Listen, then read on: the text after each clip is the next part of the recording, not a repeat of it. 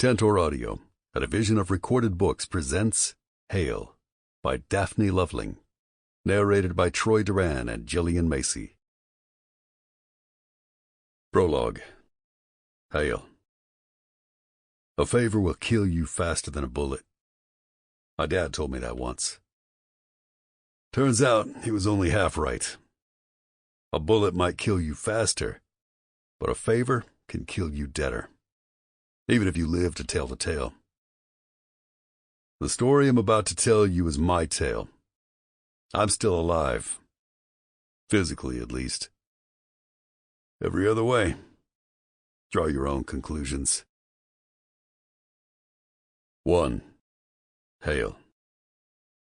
God damn it, Angel, I complain, tossing back my third shot in the last 10 minutes. I just fucking got back from a run. I ain't the only patch holder in this MC. Send someone else. I brought the bottle and the shot glass with me into chapel because I was pretty sure I wasn't going to like what I was about to hear from my prez. I wasn't wrong. I look from Angel to Beast, his VP, hoping my words will have an effect. But I already know it's no damn use. I know that, Angel grunts. But you're the best man I got for this job, HALE. I need someone to go down to Ironwood and represent our club with Dos Santos. I need someone to act as my eyes and ears. Someone I can trust. I'm one of the only men without an old lady or kids, you mean? I grumble. Beside him, Beast gives me a grin. That too. Even as I argue with them, I know it's a lost cause. Angel's my president. If he says I'm going down to represent him on business with the new Ironwood chapter of the Lords of Carnage MC, I'm going. As much as I want to bitch about it, that was never in question. So, swearing a blue streak in my head, I lean back in the chair. I look across at them over the dark, carved mahogany table in our chapel, and I listen to Angel tell me what he needs from me. Setting up this pipeline between Ironwood and us is big business for our club, he explains, drumming his hands on the table. We need to be sure everything's running like a well-oiled machine from jump. I'm sending you down to give the Ironwood chapter's prez a hand. You're going to be my eyes and ears down there, like I said. You'll be helping Axel and his men set up this partnership with the Dos Santos cartel like it should be. Ironwood will be receiving shipments from Dos Santos to the south. Next, Ironwood moves some of that product to the west to sell to the gangs in that part of the state. They move the rest of it up here to our chapter. Then we take over, move it north up to Cleveland, and schedule a drop-off at the ports. What kind of product are we looking at? I ask. Opioids mainly. Smack. Synthetics. Supply and demand, brother, Angel snorts. But his tone is grim. Occasionally guns, if and when they're needed. How they moving it? Angel looks over at Beast. The Ironwood chapter set up a garage. Beast continues. Car and truck repair. The shop's a front for moving product. They hoist the vehicles up on the lift, stash the product underneath during the repair, sew it back up. Beast raps his knuckles on the table.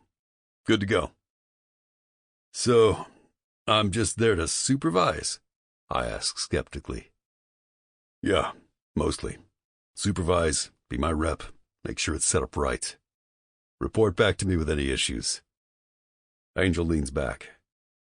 Take Tank with you. Have another set of eyes on it. The two of you can make sure everything's going like it should be. Go on the first run with Ironwood down to meet the Dos Santos cartel. Check shit out. You'll be my goodwill ambassador to smooth shit over between him and Chaco. Angel shows his teeth. Make sure their working relationship starts on solid ground. I stifle a sigh. It's a simple enough job, but my gut sure as hell doesn't like it. So I tell my gut to shut the fuck up. I'm going to Ironwood. God damn it to hell. Gonna miss you, brothers, Stryker says beside me, clapping me on the back. Don't forget to write, Bullet jokes. We ain't gonna be gone that long, I growl. A week, maybe 2 at the most. Back out of the main room of the clubhouse, I'm 2 more shots into the bottle of Jack, but I feel sober as a damn judge. Unfortunately. I signal to Jude, one of the hang-arounds who's getting ready to prospect, to bring me a beer. Less than a minute later, it appears in front of me. Jude's the little brother of Angel's old lady, Jewel. He and I had a less than auspicious first meeting, to put it mildly. But I have to admit, he's starting to grow on me. Not that I'd let him see that, of course. You took long enough, I growl. I'm worth the wait, Jude smirks, batting his eyes at me. Fuck you with that shit, I grunt, disgusted. Jude just grins. You know you love me. I snort as he moves away. That kid's mouth is going to get him in trouble one of these days. I take a swig of the amber liquid and let Stryker and Bullet goad me some more. I make sure not to give them the satisfaction of letting them see they're riling me even more than I already am. They know I'm pissed, but they don't know the half of it. It ain't that I'm pissed at Angel. I'm just pissed in general. The last couple months, I've been away from Tanner Springs about 75% of the time. I'm tired as shit, and I was looking forward to spending a weekend swimming in Pussy, followed by a few days of fishing by myself at Connegut, a safe house the club owns that's on a decent trout stream. Going down south to the newly formed Ironwood chapter of the MC is just about the last fucking thing I want to do. I have my reasons, and they're not just that I was looking forward to some downtime. Those reasons don't matter to my club president, and they shouldn't. They're mine alone to deal with. My personal problems ain't the club's problems. Doesn't mean I gotta be happy about it, though. Besides Stryker, Tank shrugs. Unlike me, he's fine with being chosen to go down to Ironwood. Hell, look at it this way, he says philosophically. Think of it as new Pussy, a whole new landscape. He lifts his hand and spans an imaginary scene in front of him. We got at least a week to sample all the decent tail Ironwood has to offer. Tank's words are meant to cheer me up, but they don't.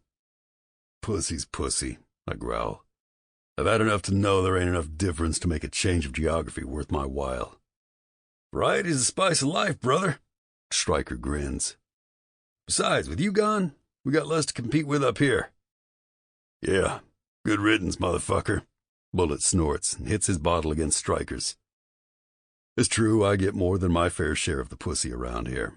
The club girls like me, what can I say? And I've turned enough female heads in Tanner Springs that it doesn't take long to draw a crowd of them at any civilian bar either. There's always going to be women around wanting to take a walk on the wild side with a big bad biker who ain't hard on the eyes. Even in the club, I've got a reputation for liking a nice piece of ass. This is my life, and I conduct it the way I want.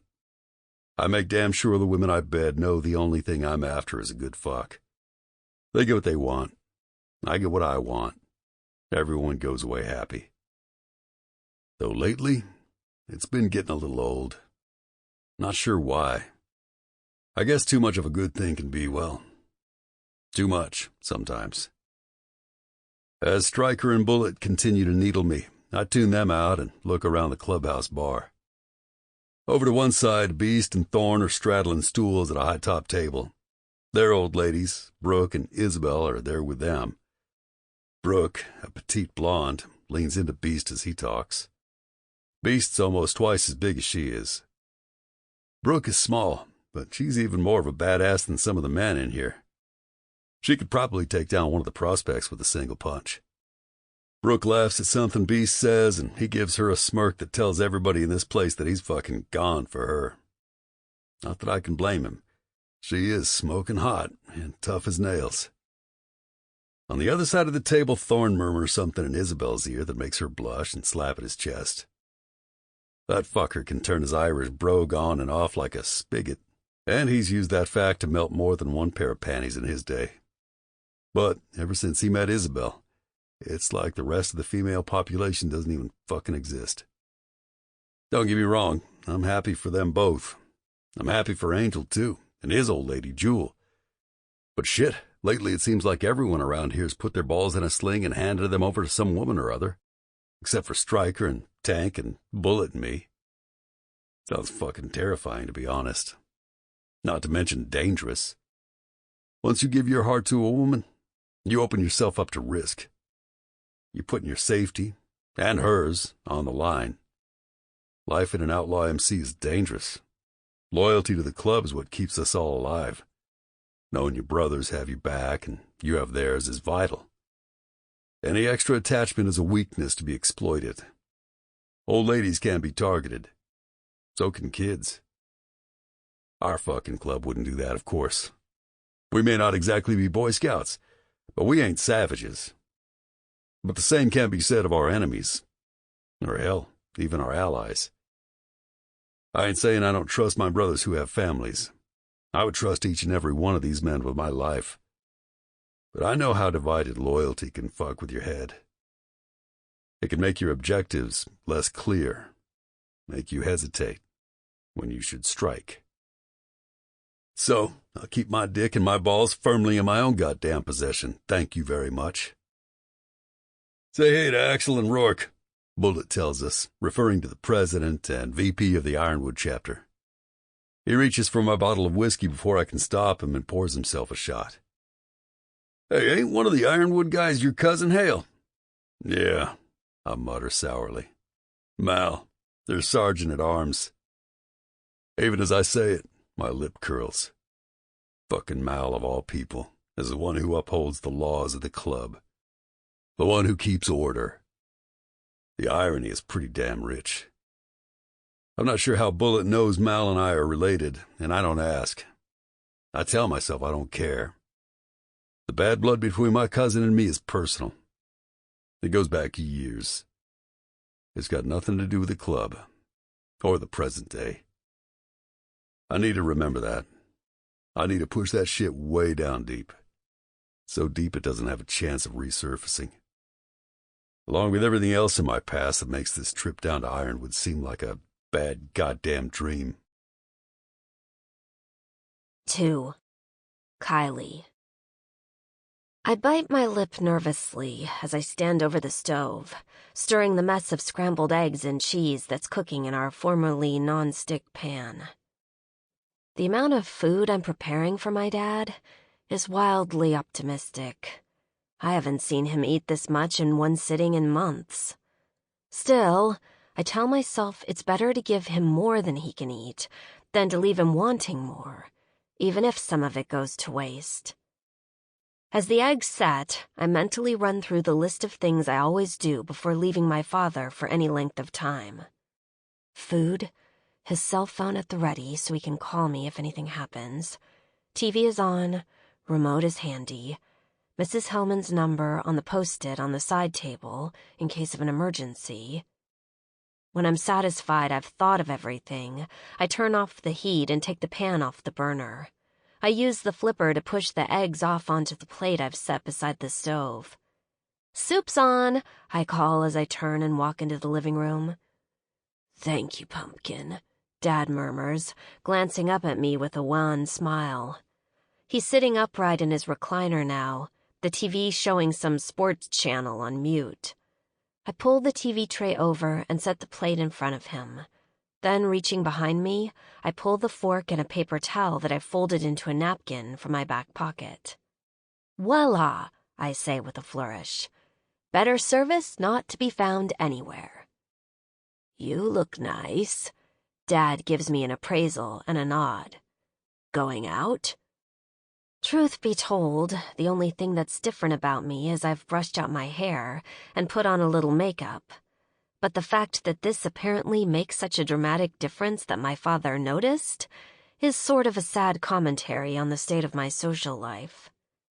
It occurs to me that Dad might think I'm going on a date. The realization almost breaks my heart in its sweet, simple fatherly optimism. I don't have time for dates. Not only that, I don't have the energy to make flirty small talk and pretend like I'm just some breezy, happy 20-something girl. And frankly, even if I did feel like putting myself out there like that, there's no one in this town that would qualify. I've only been here a few months, but around here, that's plenty of time to have scanned my entire potential dating pool. Let's just say it's shallow, very shallow. "I'm just going out to say hi to a friend for a little while," I reply casually. The anxious flutter in my stomach grows a little stronger. I put on my brightest face. I'll be home in just a couple of hours. Dad doesn't ask for more information. If he notices that I'm looking nervous, he doesn't say anything. I guess one of the silver linings of his illness is that he doesn't seem to be as perceptive as he used to be. But I know he's also careful to try to stay out of my life as much as possible. I think it's because he feels guilty about being sick, and especially that I have to take care of him. Whatever the reason, right now, I'm more than grateful that he's not grilling me, because I wouldn't want to try to explain to him where I'm really going tonight, or why.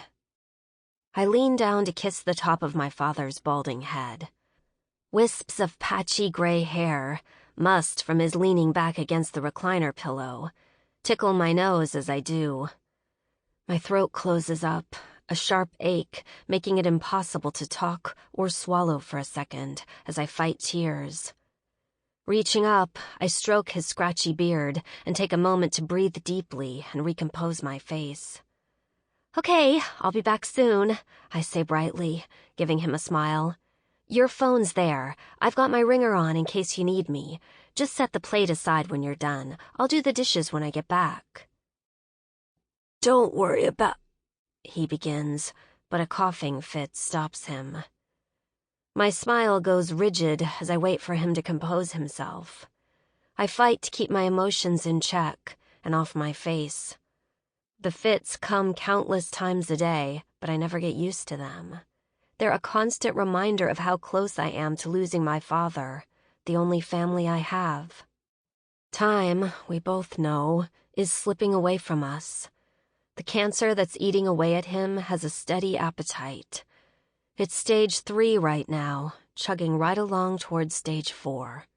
That means it's already spread, and without aggressive treatments, the prognosis is bleak. Unfortunately, we can't afford the treatments. With Dad having to quit work when the symptoms started getting bad, he lost his health insurance. And with me having to quit school to come back and take care of him, my part-time job as a receptionist at Curl Up and Dye Salon doesn't provide much in the way of money. Which is why I'm going where I'm going tonight. Because desperate times call for desperate measures. On the way into town for my appointment, I try to keep my nerves calm by plugging my phone into the radio of my dad's truck and singing loudly to some of my favorite girl power songs. It makes my voice a little hoarse, but at least it starts my heart pumping. I'm just reaching the city limits when I get a text. It's from Mal, the person I'm supposed to meet. "Plans changed. Prez wants you to come directly to the clubhouse instead." What the hell? My heart starts to flutter nervously again. I was supposed to meet Mal at the garage. I've never been inside the MC's clubhouse before. I know from what he's said in previous conversations that the clubhouse is in the building next to the garage, on the same compound. It shouldn't be a big deal, but isn't the clubhouse supposed to be, off limits to anyone but the club members themselves? I guess that's what I thought anyway. Somehow, going in there all by myself seems a lot more scary and intimidating than just driving the pickup into the garage like I've done in the past. By the time I get to the property, my heart is in my throat. I've seen the president of the Ironwood Lords of Carnage MC from afar, but I've never met him face to face. I didn't even know he knew who I was. I suppose that he probably wants to check me out, though, given the circumstances. He probably wants to see what I look like and decide for himself whether I'm to be trusted. In spite of myself, I have to laugh at the thought. How exactly does one convince a criminal, the president of an outlaw MC, that you're trustworthy? When I pull into the parking lot of Ironwood Car and Truck Repair, instead of turning right toward the garage, I go left. I park the truck on the far edge of the lot, in front of a smaller building that must be the clubhouse. A row of large, low-slung Harleys in front of the building tells me I'm probably right. I climb out of the truck, not bothering to lock it, and walk up toward the front door. When I get there, I hesitate. Do I knock? Do I just walk in? I have no idea. I wished I'd asked Mal what the protocol is. I consider texting him, but that just seems sort of ridiculous since I'm already here. Finally, I take a step forward and timidly rap 3 times. When there's no answer, I try again, louder this time. When that doesn't get a response, I decide I need to just get over myself. Grabbing the handle, I wrench it down and push open the heavy door with more force than I intended. It swings open and I go with it, half stumbling into the open space with a clatter of my boots. The commotion draws the attention of 2 large, tattooed men playing pool at a table in the center of the room. One of them, about to take a shot, lifts his cue and stands. For a long second, he eyes me with a mixture of laziness and outright sexual interest. "Well, damn," he drawls, one corner of his mouth lifting. "Is it Christmas? 'Cause Santa just brought exactly what I fucking asked for." I regain my balance and square my shoulders, willing myself not to show my fear. Automatically, my eyes flick down to the patches on the right pec of his leather cut. There's no officer's patch. "I'm here to see your president," I say. My voice sounds reedy and thin in the testosterone-laden atmosphere. The other pool player starts to laugh, a deep, rich rumble that sounds more sexual than it should. "Is that right, little girl? Did Axel send out to rent a Hummer?" Is he seriously implying I'm a prostitute? I look down at my clean but worn jeans, an understated white button-down shirt, and decide that's probably his idea of a joke, and a challenge. "Mal sent for me," I retort, keeping my temper at bay, because the last thing I need is to lose what little control I have of this situation. "Kylie!" a voice calls off to one side. I turn with relief to see Mal himself ambling up. He motions with a finger for me to follow him. I shoot the pool players a cool look as I do so, lifting my head with what I hope is haughty dignity. "You're on time," Mal murmurs as he leads me down a short corridor. "That's good. Axel doesn't like to be kept waiting." What is this about, anyway? Suddenly, things feel like they're moving really fast. "He wants to meet you about the new route. Wants to see you for himself." So this is a test of sorts. Well, in for a penny, in for a pound. We enter a small back room that looks more like a living room than anything. It has a low couch and coffee table, and 4 overstuffed chairs arranged on the other side.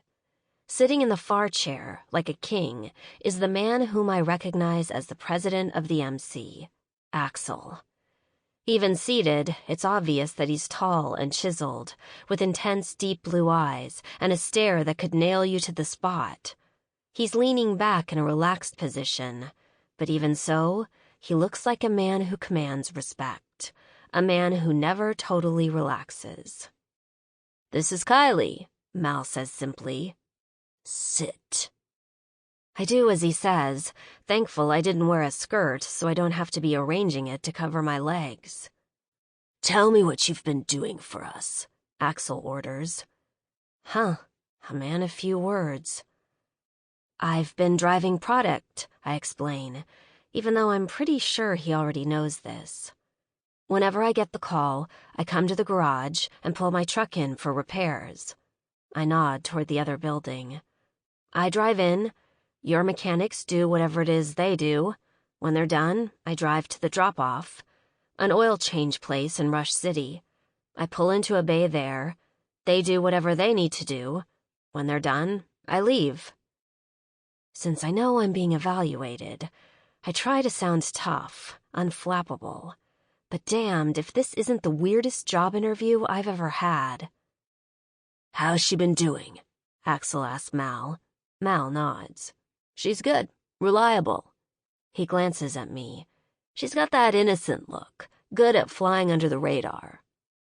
"You think she's ready for the Cincy run?" I glance between the two men, resisting the urge to point out that they're talking about me like I'm not here. Yeah, Mal frowns. I think she's up for it. I exhale a breath I didn't realize I was holding. Axel stares at me for a long second, considering. Finally, he gives a curt nod. Okay, we'll try you out. We'll double your current take. Trial basis, 1 run. I want more than a cut of the money. Axel stops short. What? I want a cut of the product, too. The president of the Ironwood Lords of Carnage cuts a sharp look at Mal, then at me. What the fuck, brother? He barks. What did you bring me? You using little girl? I'm scared, but I can't back down now. Do I look like a junkie to you? I challenge. Axel untenses a little, but he's still peering at me, his eyes narrow. No, you don't look like a dealer either. That's why we fucking hired you. I'm not a dealer, I retort. I'm not a user. Beyond that, do you care? Why do you want to get into this, sweetheart? Axel asks. His voice has a strange, almost sad note to it, like he doesn't believe me. Dealing drugs is a whole other animal. It's a dangerous fucking game. His eyes travel down my body. Especially for a sexy young thing like you. People get hurt, or worse. In spite of myself, I scoff. Don't pretend you care about my well-being. I know I'm just an employee. I'm not a dealer or a user, I repeat. I just need regular access to something I can't get. I have my reasons. Axel leers at me. I feel a little bit like a bug under a magnifying glass. It's uncomfortable as hell, but I manage to stand my ground. I tell myself I don't care what he thinks. He has no right to know anything about my life. Take it or leave it. I give him a frank stare. Do I get the job or not? Axel blows out a breath, but grins. Fuck, you're a tough one, ain't you? How much are you thinking? I tell him the amount, which I've calculated based on the pain meds my father is currently using and won't be able to afford much longer. He blinks in surprise. You're vouching for her? Axel asks Mal again. Mal says yeah, that I wouldn't be here otherwise. She's smart. She knows how to be invisible. Okay. Axel nods. Trial run. We'll do Dayton first, then we'll see. Thank you. I'm trying to keep the relief out of my voice, but instead it comes out prim, reserved, like a little girl playing at being a grown-up. I hate it. Mal stands and opens the door. I follow him back to the corridor and out into the main room. We've only been in Axel's office a few minutes, but in that time the clubhouse has started to fill up. More than a dozen leather-vested men have come in, and someone has started up the music. It looks like the start of a lively evening. Thank you, Mal, I say, resisting the urge to hold out my hand for a shake. Don't make me regret it, he retorts, but his tone is half teasing. I won't. So, what are you gonna do to make up the favor to me? Mal lifts an arm around my shoulders to pull me close, but I duck under it. Hold on, I laugh. Unlike the other men in this room, Mal doesn't scare me. What about your girlfriend? What about her? He shoots back. Don't you think Cindy would mind you making a pass at me? Mal chuckles. Cindy'd be fine with a threesome. You down? I roll my eyes. Not my scene, I'm afraid, I inform him. Suit yourself, he smirks, looking down pointedly at my ass. You sure you don't want to stick around for a bit, though? The booze is free. I shake my head, my gaze already going toward the front door. I should be getting... I begin. But then my words die in my throat as my eyes fall on something. Someone I thought I'd never see again. His back is to me, but then he turns to speak to someone else. His profile is one I'd know anywhere. Oh my God, I whisper, as the walls start to close in. Sample complete. Ready to continue?